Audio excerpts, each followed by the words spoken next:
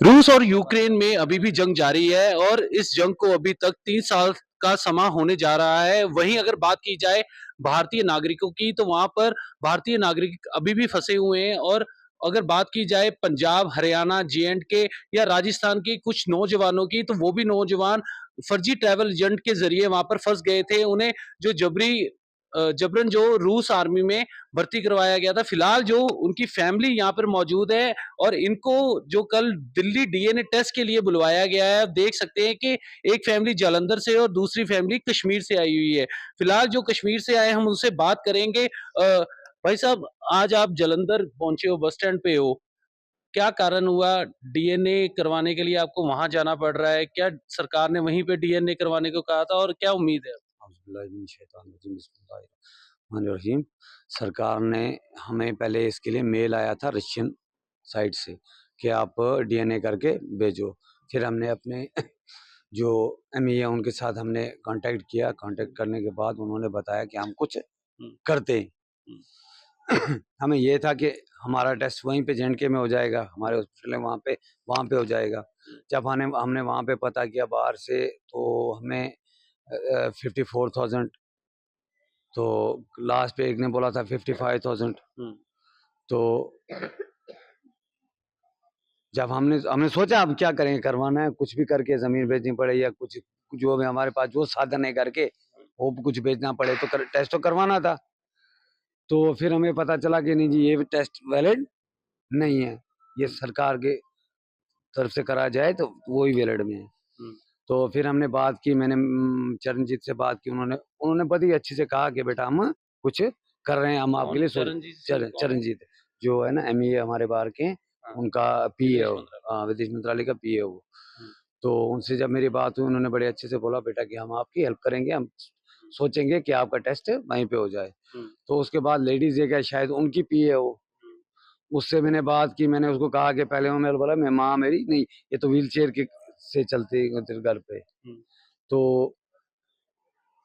फिर मैंने बोले पापा को लेके आओ। मैंने बोला मैं पापा को भी लेके नहीं आ सकता क्योंकि वो प्रेशर के पेशेंट है, उनको रास्ते में कहीं भी कुछ भी हो सकता है। अभी 2 दिन पहले की बात है, उनको 119 पे चला गया था प्रेशर। तो हॉस्पिटल की बात है, मैं बोलूँ आपको, डॉक्टर रवीश है उसका नाम, उसने बोला अगर 5 मिनट ही लेके आते आपको ये पता नहीं कहाँ से फट जाता। लेकिन ये पूछना चाहता हूँ, अब डीएनए जो टेस्ट है क्यों मांगे गए हैं और क्या लग रहा है, क्या उम्मीद है कि भाई को आप वापस ला पाओगे, क्योंकि रशिया जाने को आप भी तैयार हो? सर डीएनए टेस्ट उन्होंने मांगा है, तो वो तो आप भी जानते हो किस लिए मांगा है। तो हम सब की अपनी, कौन चाहेगा नहीं कि मैं अपने भाई को न लाऊं। मैं तो सोचता हूँ सर, मुझे कहीं से अपने भाई का कोई पता कोई खबर मिले, मुझे कुछ भी करना पड़े जाने के लिए, मैं जाके मैं अपने भाई को लेके आऊँ सर। तो सर वो तो कुछ पता चल ही नहीं रहा है। इस एम्बेसी को फोन करो, वो तो बोल रहे हैं मिसिंग है। रशियन साइड के साथ हमारी अभी तक बात हुई नहीं, वो जाके रशिया में ही बात होगी। उस दिन इसने चरणजीत ने कहा था कि हम सोच रहे हैं कि आपका हम यहीं से करें, जो भी आप कहो हम यहीं से करेंगे। तो वो भी अगर वो कर सकते हैं, यहाँ से कर सकते हैं, तो हम उनके साथ हैं फिर। मगर कराएं, वो ये वाली बात नहीं होनी चाहिए कि नहीं ये आज कल परसों ये करा के वो हमें टरकाते रहे, ये काम नहीं होगा। अगर वो करवाना चाहते हैं, पिछली बार उन्होंने बोला हम उनका वेलकम कर रहे हैं, हम उनके साथ हैं, चलो करवाएं वो। लेकिन रशिया गवर्नमेंट से मेल आया, 10 से 12 दिन हो गए हैं। लग नहीं रहा है, क्योंकि उन्होंने 14-15 दिन का समय दिया था कि 14-15 दिन में डीएनए टेस्ट की रिपोर्ट मांगी थी उन्होंने कि वहाँ रिपोर्ट भेजी जाए। तो अभी समय भी ज़्यादा हो गया है, तो कब तक रिपोर्ट आएगी, कब भेजी जाएगी? फिर क्या आगे जो आपकी स्ट्रेटजी रहेगी? वही तो मैं बोल रहा हूँ सर, एक डीएनए छोटा सा टेस्ट करने के लिए इतना टाइम लगना पड़ा। कमिश्नर से पूछना है, उसने उससे पूछना है, इससे पूछना है क्या डीएनए टेस्ट है? सरकार चाहे, सरकार के आगे क्या है? जिस दिन पहले दिन आया था उसी दिन ऑर्डर करते, किसी भी हॉस्पिटल को ऑर्डर करते कि हाँ ये फैमिली आ रही है, इसका टेस्ट आप करो। कौन हॉस्पिटल वहां से मना करता? हमारे यहाँ तो सब सरकारी हॉस्पिटल है, वहां पे कोई भी प्राइवेट हॉस्पिटल नहीं है। तो उसके लिए भी इन्होंने आज कमिश्नर से बात की है, कल उससे बात की है। इसके लिए लंबा प्रोसीजर होता है, वो प्रोसीजर दिखा दिखा के सर मेरे को 1 साल 4 महीने कर दिए मेरे भाई को। कोई पता नहीं है उसका, वो कहाँ पे है, किधर है, क्या कर रहा है, किस हालत में है, जानने वाला ऊपर बैठा है, उसके अलावा कोई नहीं ना। हम तो क्या जानेंगे सर, हम रहते कहाँ पे? पहले आप मेरी बात एक सुना, हम रहते कहाँ पे ये समझ लोगे। उस साइड पाकिस्तान है, इस साइड हम है, इंडिया के लास्ट कोने पे रह रहे हैं। एक उसके बाद सरकार को इतना भी मैंने कहा, मेरे भाई ने देश के लिए एक खड़ा है, एक ने देश के लिए अपनी जान दी है। हम तो नहीं है सर किसी चोर, किसी ऐसी फैमिली से बिलोंग करते हैं कि नहीं जी सरकार हमारा कुछ नहीं देखेगी। मेरे भाई ने इसी देश के लिए जान दी और सीने में गोली खाई है। भाई आर्मी में हाँ बीएसएफ में थे वो। अच्छा सीने में गोली खाई है उन्होंने, सीने में, सेंटर के सीने में गोली, यहाँ के नहीं, ना कुछ इधर ना कुछ इधर, मुझे अभी भी यहाँ पे बिल्कुल सेंटर में सर गोली उन्होंने खाई है। कम से कम शहीद की फैमिली के साथ ऐसा करेंगे, उनको कोई रिस्पांस नहीं देंगे तो वो भी सर कल उनका टाइम, हम क्या बोल सकते हैं इससे ज्यादा कुछ। अगर हमारे साथ ये हो सकता है, अगर एक आम आदमी हो तो उसके साथ क्या होगा।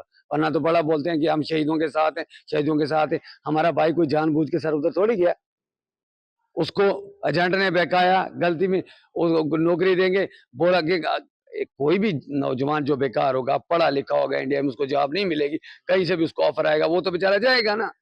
वो लाई पर ऐसे ही मत बैठा रहेगा, नहीं मुझे इंडिया सरकार लगाएगी लगाएगी लगाएगी लगाएगी। लाखों करोड़ पड़े हैं बेचारे ऐसे ही पढ़ पढ़ के, कोई फ्रस्ट्रेट हो रहे हैं, कोई कुछ कर रहे हैं, कोई नशे कर रहे हैं, कोई गलत रास्ते पे जा रहे हैं। क्यों जा रहे हैं सर? इसी की वजह तो जा रहे हैं। अब एजेंट ने उनको बोला कि 4-4.5 लाख रुपया दो तो हमें तुम्हारी नौकरी लगवाएंगे। मेरे भाई को तो ये बोला गया था ऑफिस वर्क है तेरे लिए। वो पढ़ा लिखा था, वो तो नहीं था सर कोई नॉर्मल ऐसे कोई 10th का था या 8th का था, तो वो चलो वो वहां पे हेल्पर की जॉब के लिए जाता, उसको अपना दिमाग नहीं था सर। नहीं अब उम्मीद है कोई कुछ अता पता चला है कि या कोई उम्मीद है या फिर आप अभी जाओगे कोई या अता नौकरी पता नहीं चला सर, कोई भी अता पता नहीं चला। उम्मीद है हमें अपनी सरकार पे, उम्मीद है कि सरकार हमारा काम करेगी। ठीक है, सरकार ये होती है कि माँ बाप के समान होती है सरकार। ठीक है, अब अगर माँ बाप ही बच्चों का ख्याल करना छोड़ दे तो बच्चों का ख्याल कौन करेगा। आप सोच लो कि सरकार एक माँ बाप की मानित होती है ना। नाम क्या है आपके भाई का? मेरे नाम भाई का नाम जोहर है, शेख जोहर अहमद शेख। जोरम शेख जी जो सर, रशिया में फंसे रशिया हुए में फंसा हुआ है सर। हैं। ओके। हाँ तो ये आप कुछ कहना चाहेंगी? बेटा जी बस मेरी जान को खुदा को पता मैं किस तरह था पहुंचिया। मेरी चाहती है हमारा बेटा खैरी नाल सरकार खैर इस्लाम की उसको मोड़ा। असि गरीब लोग हाँ, असि मुल्खा तो आईया हमारी जगह दी दात अल्लाह को पता है कोई बच्चे थम थम का आदमी। मेरी चेनी हमारे बच्चे को मोड़ खैर इस्लाम की। मैं गरीब कुड़ी मैं क्या करा, जिमी बेच का उसको 4,20,000 रुपया उसको देता, जिमी बेच का। आखिर लगा माता जी मुझको थैसी नौकरी थैसी तो मुझको पैसा दो।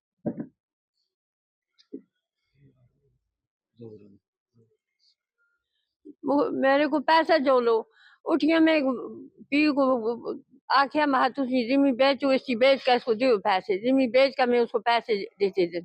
सरकार यही चाहिए, सरकार अल्लाह दे गली को गसन तो मारी मदद करन, इसलिए मारी जगह दी लात में रोंदी पिटी सब पहुंचिया।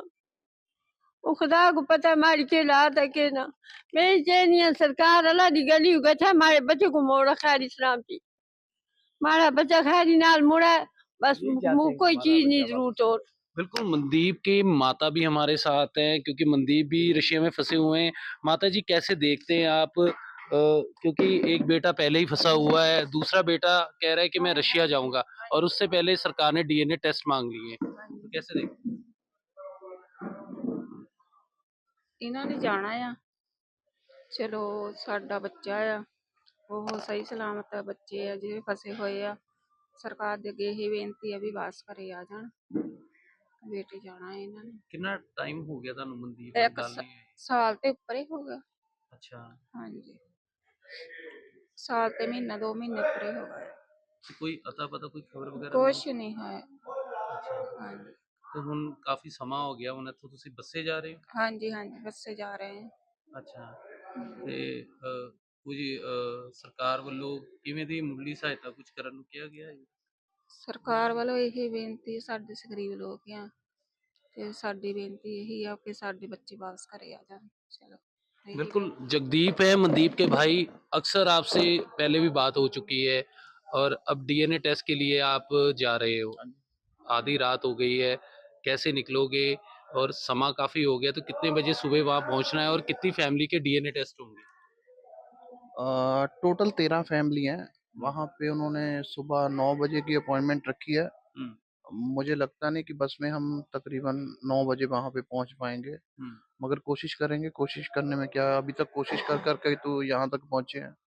अभी फरियाद तो बहुत कर चुके हैं सरकार को, कभी ये कर दी कभी वो कर दी, तो उसमें से बहुत कम उन्होंने पूरी की हैं। बाकी जो ये डिमांड थी, उन्होंने डीएनए की जो डिमांड आगे रखी हुई है, ये बहुत पहले ही उनको करवा लेना चाहिए था, या रिपोर्ट करवा के रख लेनी चाहिए थी। अभी एन मौके पे 1 साल तकरीबन हो चला, 1 साल 1 महीना हो गया उसको। तो उसके बाद उन्होंने अभी, हमने उनको बोला था, अभी लास्ट टाइम जब हमारी मीटिंग हुई थी तो हमने प्रेशर उन पे डाल रखा था कि हम, अगर आप हमको नहीं कुछ बताओगे तो हम खुद जाएंगे, अपने खुद के बल पे हम खुद रशिया जाएंगे और रशिया जाके छानबीन करेंगे।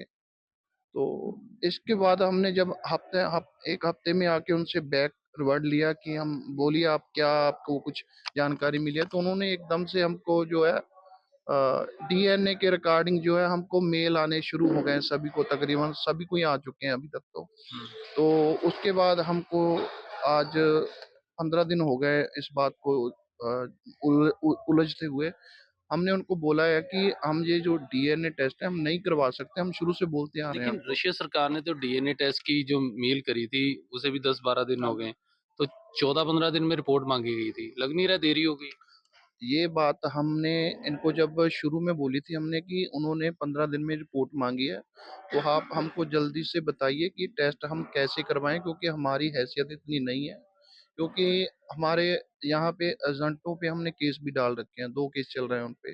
एक मैंने एफआईआर करवा रखी है जो सरकार की तरफ से ऑलरेडी चल रही है, एक मैंने खुद से केस लगवा रखा है। तो अभी 2-2 चल रहे हैं, मगर उसके लिए खर्चा भी चाहिए। अब इधर-उधर भाग-दौड़ भी हो रही है, वो भी हो रही है, और सबके लिए पैसा चाहिए। पैसा, मैं पहले ही, घर मेरा गिरवी पड़ा है, पैसा कोई दे नहीं रहा, उधार कोई दे के मेरे को है नहीं ऐसा कोई बंदा जिससे मैं माँग लूँ खुद जाके कि मेरे को बंदा पैसे दे और मैं अपना काम चला लूँ। डीएनए टेस्ट के बाद आप रशिया भी जाओगे फिर?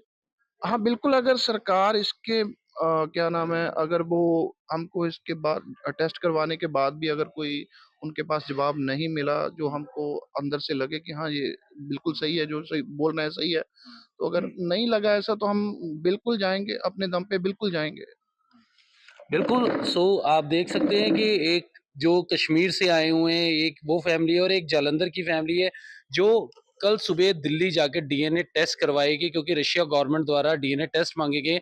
और इस समय जो रशिया में फँसा हुआ है ज़हूर, उसकी फ़ोटो देख सकते हैं, उसकी माता ने फ़ोटो पकड़ी हुई है और उन्होंने बताया कि 1 साल 4 महीने से उनका बेटा वहाँ पर फँसा हुआ है और बातचीत नहीं हो पाई है। और अब ये यहाँ से दिल्ली जाने के लिए तैयार हैं, यहाँ से बस पकड़ेंगे और दिल्ली जाएँगे। हालाँकि समय काफ़ी हो चुका है, आधी रात हो चुकी है और सुबह उन्होंने कहा है कि ये 9 या 10 बजे तक ही पहुँच पाएँगे, उसके बाद ही ये डीएनए टेस्ट होंगे और सरकार के बातचीत के बाद ही आप देख सकते हैं कि मनदीप के भी पारिवारिक सदस्य जो फ़ोटो दिखा रहे हैं उनकी। और इनका भी यही कहना है कि अगर सरकार कुछ करती है तो ठीक है, नहीं तो फिर वो खुद रशिया जाने के लिए तैयार हैं। आप जुड़े रहिए टीवी 9 भारतवर्ष के साथ। कैमरामैन गैवी के साथ देवेंद्र कुमार, जालंधर।